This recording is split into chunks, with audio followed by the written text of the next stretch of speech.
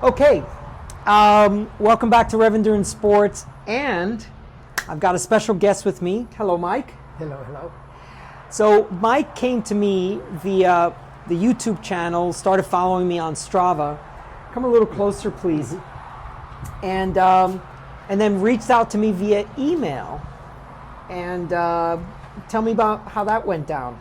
Well, it was good. I wrote and said, I'm looking for a bike, and I haven't had a new bike in a while, and the technologies have changed, and I needed some sort of orientation and some help. Yeah. Well, one of the things I do remember from that email, and it stuck in my head, I'm looking for a bike like they had 5 years ago. Exactly. That's exactly what I wanted. Yeah. But unfortunately, Yes. time had moved on. Yes. So now everything is electronic, everything is disc brake, everything is, And Mike was, if your best recommendation is to just, go with what is current, then I will take your recommendation. So how was I able to earn your confidence for that?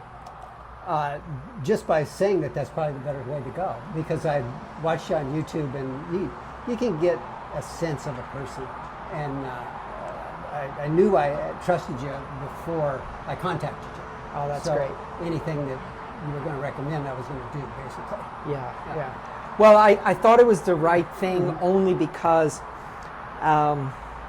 steel bikes, although I love them, Yes, right. and I have plenty of them, they're very hard to acquire these days. And then mechanical drivetrains are very difficult to get, and it's just, I'm like a salmon swimming upstream, and you know what happens to them, right? But so we ended up with this beautiful Bianchi. The geometry is so close to your Specialized Roubaix. So we got everything really close. The only thing is it came stock with a longer stem than you typically ride, and I think there's some opportunities with reducing the reach on this handlebar.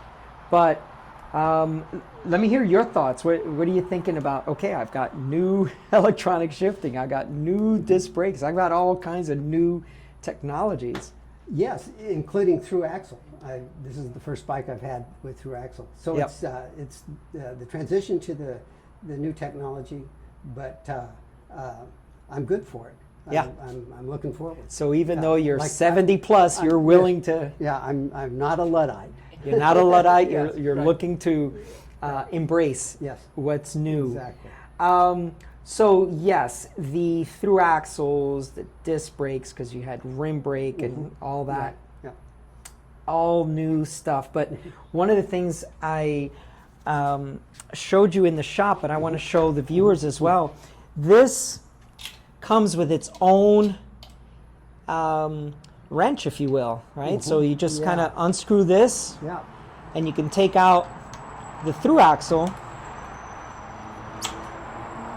without having to break out a 5mm or 6mm wrench, right? So that's a really nice touch that it's already included in your through axle, and so then you just tighten it back down and then stow it, and there it is, right? So you'll still need your flat kit and all that stuff, but at least that's one extra thing you don't have to be scrambling for when you get a flat.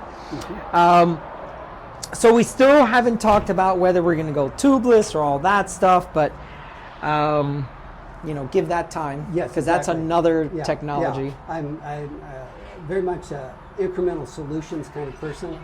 So you do one and then the next and the next. Yeah. So we'll do that later. I love tubes. Most of my bikes are tubes again. Yes. So we got some bottles and we did a demonstration in the shop, but some folks complain about getting sugary drinks all over their bike, and I'm like, this nozzle is open, and so if you shake this bottle, nothing comes out of it until you actually squeeze it. So I'm like, well, you need some of my bottles if you're getting a lot of stuff all over your frame. And then you're also going to try out my energy product, so I want to hear some feedback on that. I've been using it now for months and months, but yeah, I'm really excited for you. Did you end up getting your Wahoo computer mount? Yeah, okay, I'll put that all right. on when I get home. Yeah. What about the saddle? What are your thoughts on this saddle? It's a stock saddle. Yeah, we'll see. We'll try it out and see what it's like. Have you used saddles with cutouts? Smaller ones, yeah. And years ago, they kind of tried to pad that area. Yes, they did. And that didn't work very well. We'll see how it goes. Okay. The notion of a short saddle sounded good, but I'm not convinced it is. I think it might be counterintuitive. So a little bit of history on that in case, so with a lot of the pro cyclists, they were trying to get their saddles more and more forward, but there's regulations for that. So 5 centimeters is, they need to be behind the bottom bracket 5 centimeters. So how do you do that? Well, you start chopping the nose off the saddle and keep sliding it forward. Then they actually made saddles without that length of the nose included. So that's the history for that. It came from the pro side as they were trying to figure out how to make that happen. So interesting. Anyway, Mike, I am really looking forward to hearing your feedback on the new bike. I really appreciate your business, and you're like how far away? It's 50 miles, I would say. Yeah. So there's a lot of bike shops between there and here. So I'm very grateful that you've chosen to do business with me. Yeah, I'm glad I did too. Good. Thank you, Mike. Enjoy your new bike. I will.